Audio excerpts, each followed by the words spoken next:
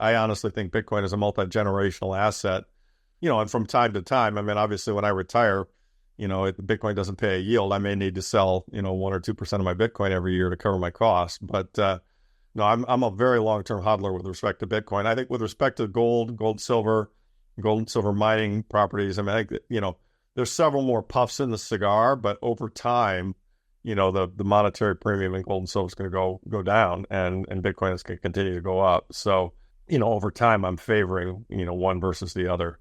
So that was really what I was talking about. Bitcoin Zelle stands out with its simplicity and clarity.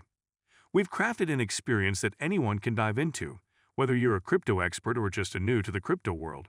Now, guess who keeps his eye on us? The author of best-selling book Rich Dad Poor Dad, Robert Kiyosaki.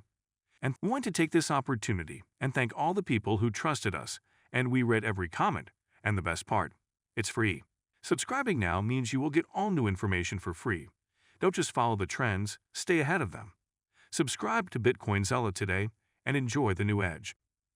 In today's video, Lawrence Lepard, a veteran investor and sound money advocate, shares his insights on the critical role of Bitcoin in the global financial system, comparing its future potential to traditional assets like gold and silver. And trust me, I mean, when I say over time, I mean, I may be talking 10, 20, 30, 40 years. I mean, this is not tomorrow, right? There are 8 billion people on the planet, most of whom haven't heard of Bitcoin or aren't focused on Bitcoin. And yet most of them also understand that gold is real money.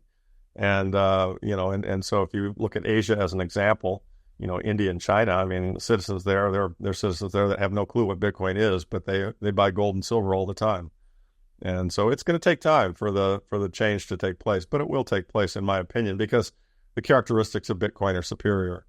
It's Safe's point that you want to hold the soundest money out there, right? It was found out the only and the best investable asset. I mean, J.P. Morgan, gold is money, everything else is credit. But you're right.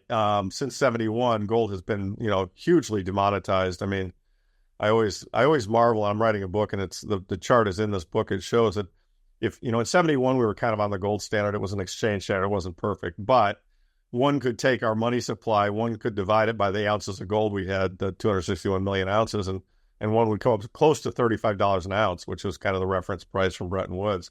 If you did that same math today, gold would have to be at $90,000 an ounce.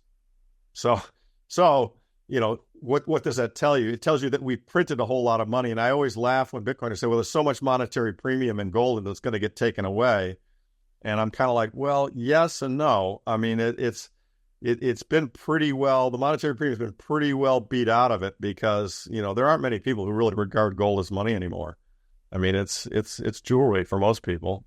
So, the founder and CEO of Rumble, a YouTube alternative billing itself as immune to cancel culture, says he has departed from Europe after the arrest of encrypted messaging app Telegram CEO Pavel Durov. I've just safely departed from Europe, Chris Pavlovsky, a Canadian national, posted on X on Sunday, August 25. He claimed France had threatened Rumble and had crossed a red line by arresting Telegram's Pavel Durov. In November 2022, Rumble blocked access to French users, claiming the country's government asked it to remove certain Russian news sources, which it said it would legally challenge. In May, Pavlovsky also claimed Russia blocked Rumble because it refused to comply with their censorship demands.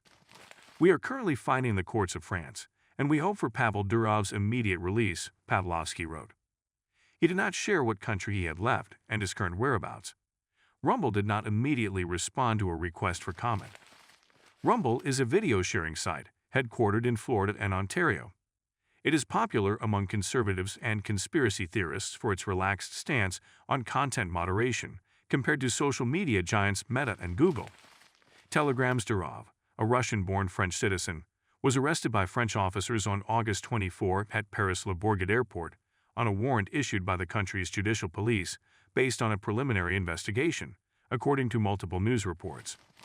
The police investigation is reportedly focused on Telegram's alleged failure to cooperate with law enforcement and lack of moderation for crimes on its platform, including child sexual abuse content, drug trafficking, fraud, and terrorism. In a statement, Telegram said it abides by European Union laws and its moderation is within industry standards and constantly improving. It added that Durov has nothing to hide and travels frequently in Europe. It added almost 1 billion users use Telegram as a source of vital information, and it was absurd to claim that a platform or its owner are responsible for abuse of that platform. French authorities have not publicly released a statement on Durov's arrest, but are expected to on Monday, August 26. I believe there are. I mean, look, I thought we were going to collapse in 2008. I thought we were going to collapse in 2000. I thought we were going to collapse in 87. I mean, it's these things take long periods of time. You look at, reserve currencies and how they lose their position. I mean, it takes decades, and we're only a few decades into this one, so it may be a few more decades until it occurs. But as you're well aware, as all your listeners are well aware, of the fiscal dominance, the way that the government is spending, the way the debt is growing. I mean, 11 trillion in debt in 4 years. I mean, it took 200 and some odd years to get the first 11 trillion, right? I mean, it's just, these things are compounding, and anyone who plays with compound functions understands that eventually the line kind of goes straight up, and we've had, a couple of crises recently. We had 2008 and we had COVID. As Lynn's charts and books point out so nicely, they just have to keep creating money. I mean, this is a system based on creditism, and they have a choice that they've either got to inflate or die. And if they don't continue to inflate and debase debase the value of the money, then the system collapses on itself because all that debt that we've created, can't be serviced. So, and it appears to me like it's happening faster, that the cycles are getting faster, the amounts are getting bigger, etc. Now, one can debate a lot what that means. Does that mean, we go to hyper Bitcoinization in the 30s? I think that's pretty possible, actually. But, I don't think it's possible next year. I mean, right. Right. I mean, it's there are probably several more swings, up and down in this inflation, deflation, and boom bust cycle that we have. I mean, I would fully expect the price of Bitcoin will be over 100, end of this year, and a couple hundred a year or two out. But then, of course, they might try and do something to fix the monetary system, and it might correct. It's just, that's the nature of the game. And by the way, the people who are running the system, they're really good. They know how to change the rules. They know how to, they know how to keep us on our toes, and they will do things to keep their system alive because they obviously all benefit from it. I mean, a perfect example was 2008. They started paying interest on excess reserves, and that's what prevented all that money they printed from going out into the system and creating inflation. I mean, there were a lot of us in 2008 who thought, okay, this is it. We're going to have hyperinflation right here, right now. Well, no, they cooked up something to prevent that from happening. So, they will continue to, try to preserve their system, and they will probably be somewhat successful, but I think they're fighting a losing battle. I mean, I often joke that I think Jay Powell is playing a losing hand. That's my view. Zooming out, trader and analyst Rect Capital offered an optimistic take on BTC price performance. Bitcoin, he noted, was close to reclaiming the area it had previously occupied following its April block subsidy halving, one he called the post-halving reaccumulation range.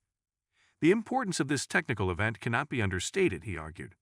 Essentially, Bitcoin is resynchronizing with historical post-halving price tendencies.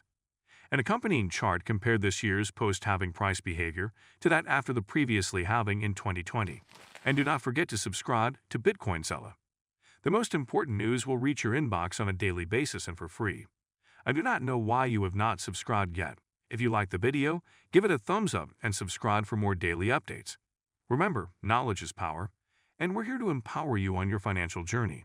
Until next time, happy investing.